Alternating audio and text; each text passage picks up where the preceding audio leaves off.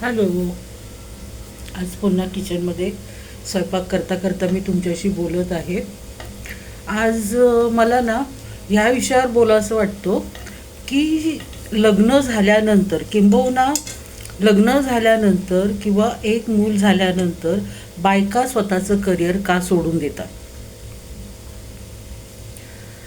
तुम्ही खूप अशा महिला बघितल्या असतील ज्या वर्किंग लेडीज असतात आणि मग एकदा का मूल झालं की त्यानंतर त्या जॉब सोडून देतात.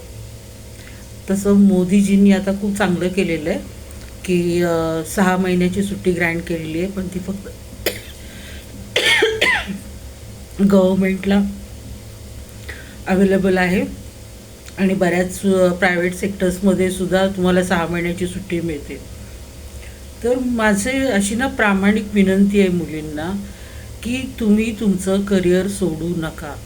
तुम्ही फायनान्शियली कुणावरतीही अवलंबून राहू नका किंवा अवलंबून राहता कामा नये.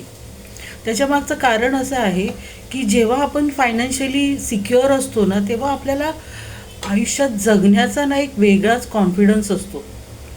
खूप कॉन्फिडन्सनी आपण आयुष्य आपलं जगत असतो.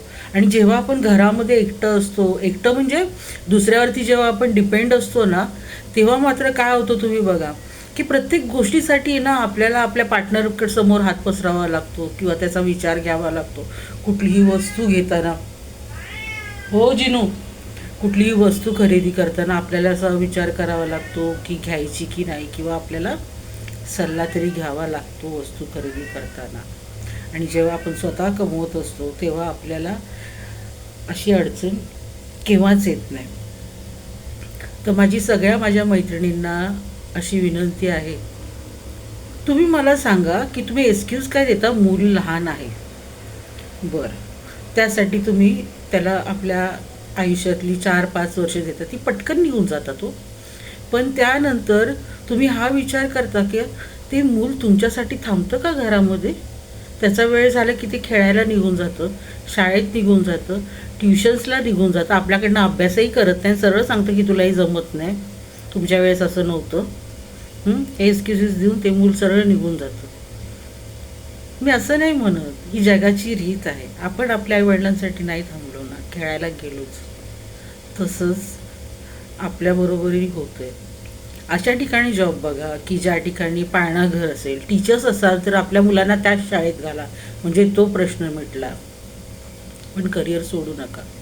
आणि तुमची आता जर मुलं मोठी झाली असतील तर तुम्हाला कशाची आवड आहे, तुम्ही काय करू शकता. जर तुम्ही नाही बाहेर जाऊन जॉब करू शकत आहे, तुम्हाला जर ट्रॅव्हलिंग ट्रेनचं वगैरे नाही जमत आहे, तर तुम्ही गृहउद्योग चालू करा. तुमची आवड जोपासा, क्लासेस घ्या.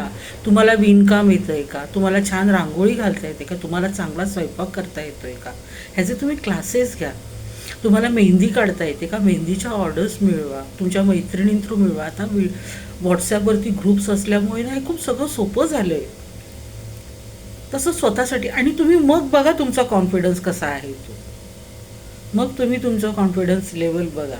आता मुली तर इतकं काही करत आहेत. आमची शीतल बघा, तिला 10 छोट्या मुली आहेत, तरी पण तिने LLBला ॲडमिशन घेतलं आहे. आणि तेवढ्यातल्या तेवढ्यात वेळ काढून तिला अभ्यासही करायचा आहे. जज्बा होना चाहिए तो ऐसा होना चाहिए. तर तुम्हाला एवढीच विनंती आहे की माझ्या बोलण्याचा विचार करा. आणि जर जास्त बोलली असेल तर आय एम व्हेरी सॉरी, पण तुम्ही विचार करा स्वतःच्या करिअरचा.